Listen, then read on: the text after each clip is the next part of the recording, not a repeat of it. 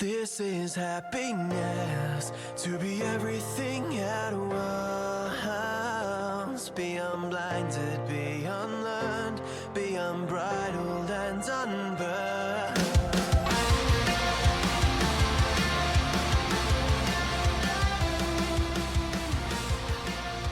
Hey guys, welcome back to another episode of Mood Prep. My name is Dave Nixon, and today we're actually going to go through this week and next a couple of quotes, I suppose. I'm not sure how word for word they are, but from Joe Rogan. Surprise, surprise, Mr. Rogan, the Oprah for men. I posted on my Instagram, Joe Rogan 10 Rules for Life, which somebody at Behavior Hack, behavior without a U, so not from Australia, did on their Instagram apparently, and anyway, I quite liked all the rules actually, and shared it, and I thought actually there's a lot of good content here in relation to a podcast and pulling it apart, and the reason why I like it and where the value is in it that I see. So we're going to start with the first one, which is be the hero of your movie.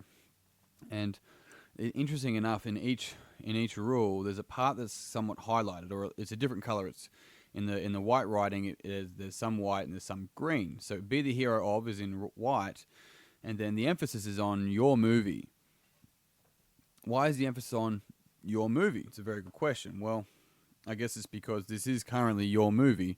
No one else is writing your story but you, because you're seeing it through your lens, which is effectively the movie, right? So you're seeing the movie out of your own eyes, so it's your movie.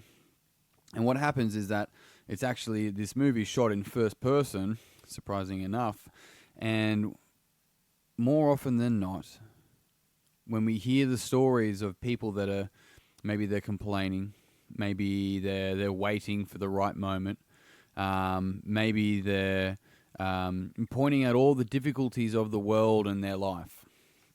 What they're doing is waiting for somebody else to come across and save them. Help them be the hero, so to speak, of their story, their difficulty, their challenge, whatever that may be.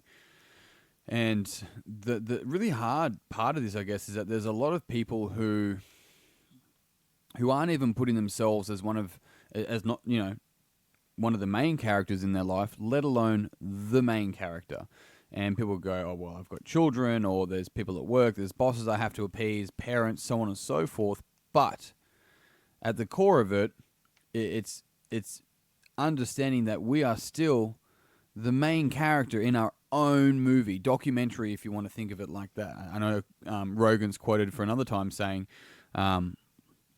imagine there's a documentary crew following you around all the time, and you're the hero, the person that's turning their life around.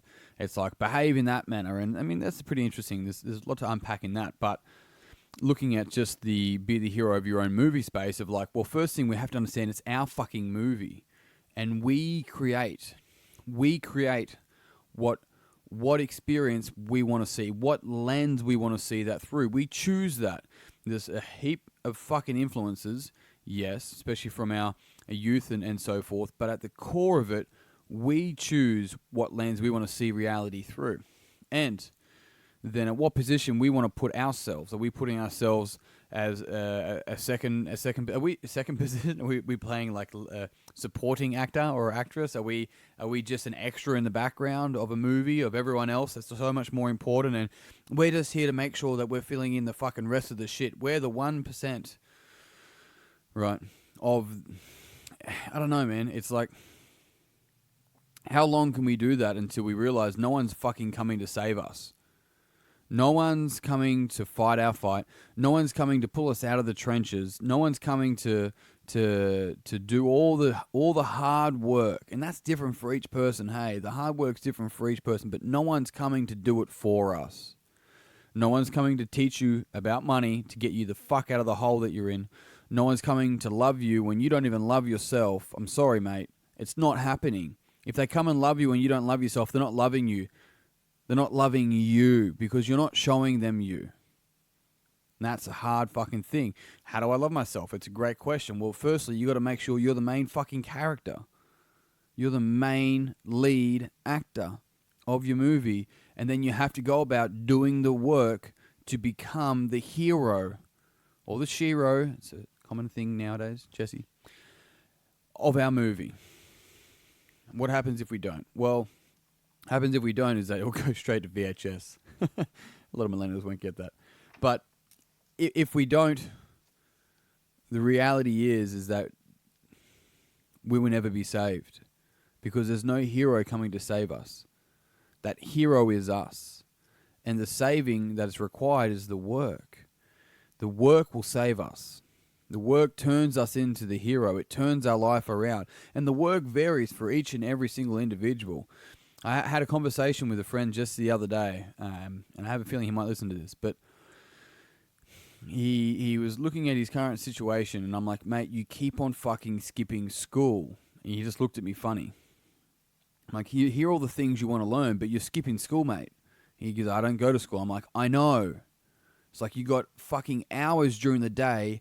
There's books, there's podcasts, there's YouTubes, there's mentors, there's all sorts of things, and you're fucking missing it, mate. You're skipping it. No one's coming to do it for you. And he got it. He understood it, right? But from there, it's not just becoming aware of it. It's going to school every single day. You don't have to go to an institution to go to school every day, to be the hero, to learn all the things, to change your life around, to go to the fucking gym, right? To buy a book. It costs $15, give or take, to buy a book and have it delivered to your house, right? $15. That's it. And a book can change your life, let alone the fact or even the action of buying the book in the first place. And so this is the thing. This is the work. People aren't prepared to do the small steps like that and get to work and do the things that's required of you in order to level up and deal with the problems that are occurring around you in your life right now. I spoke to a client today. I'm going to pull this apart on another podcast about we have two choices. Just in any difficult situation, we have two choices. One is to complain, and I don't want to. I'm not gonna shame complaining, right?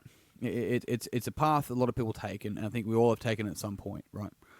But we complain, and people say complaining is easy, and I don't think it is. I think complaining is really hard. Long term, it's fucking hard, but even in the short term, it's hard.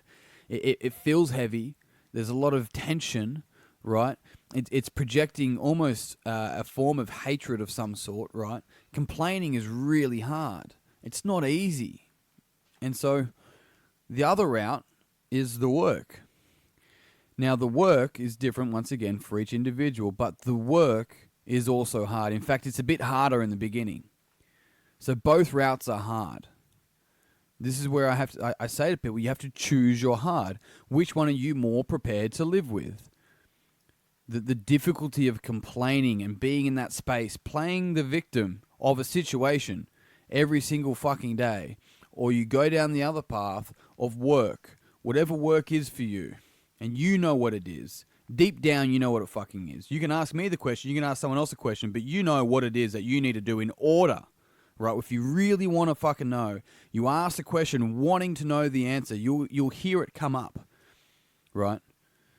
And the people are like, but I don't know the whole process. Just know where to start with the work. It's hard. Yeah, both ones are hard, mate. But I tell you what, the complaining never gets easier. With the work, it'll get easier. And they're your choices. One is the path of the victim, the other is the path of the hero. So you have to look at your life and look at the situation you're in and go, am I going to be the victim of my life or the hero of my life? And be honest, because some people are prepared to be the victim. And I'd say be very careful of those people. And on that note, team, I am done. If you did find this podcast beneficial, it would mean the world to me if you would share it with someone else that you think would also find it beneficial. If you haven't already, jump on Facebook, search Mood Prep Community, and jump in the group in there. It used to be Mood Prep Online, so either or search, depending where you're at. I'll be sharing some details in the next 2 days about a 10-week intensive that I have leading up to the Mood Prep Live weekend in September 21st and 22nd in Sydney. So make sure if you want more information on all that, make sure you jump in the group. It's Mood Prep Community on Facebook. Otherwise, team, that's pretty much me done for today. I am out. Until tomorrow, peace and pizza, kick today in the dick, and slay the dragon. I'll see you guys soon.